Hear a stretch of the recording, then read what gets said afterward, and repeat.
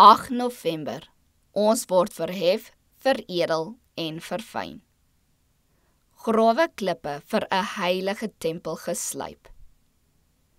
In wie die hele gebou, goed saamgevoeg, verrys tot 'n heilige tempel in die Here.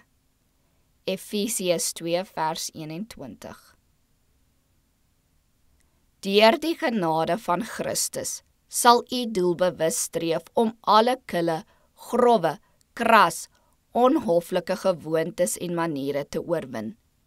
Die magtige kloofbuitel, die waarheid, het u uit die klipgroef van die wêreld gebreek. U was growwe klippe met skerp punte wat ander mense seer gemaak en geskend het. Daar moet werk gemaak word om die ruwe punte af te skuur. As u die waarde van die werk besef wat in die werkswinkel van God gedoen moet word, sal u die slaaf van die byl en die hamer verwelkom. U selfagting sal daaronder lê.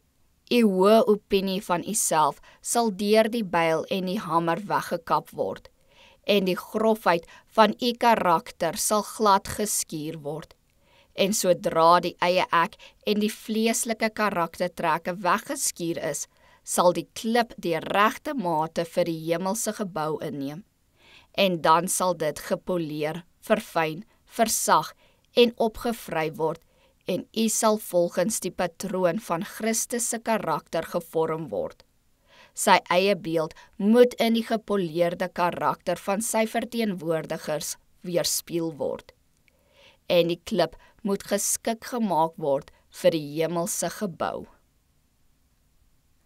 As ons nie beter manne en vroue is nie, as ons nie vriendeliker, meegevoeliger, hofliker is, meer tederheid en liefde aan die dag lê nie, as ons nie aan ander die liefde bewys wat Jesus op sy sending van genade aan die wêreld gestuur het nie, dan is ons nie getuies vir die wêreld van die krag van Jesus Christus nie.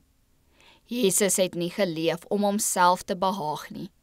Hy het gekom om almal met wie hy in aanraking kom, te verhef, te veredel, gelukkig te maak.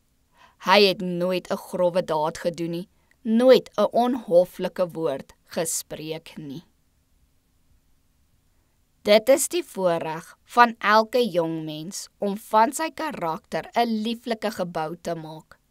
Soek die Here baie ernstig, sodat u al hoe meer verfynd kan word, geestelik meer beskaaf.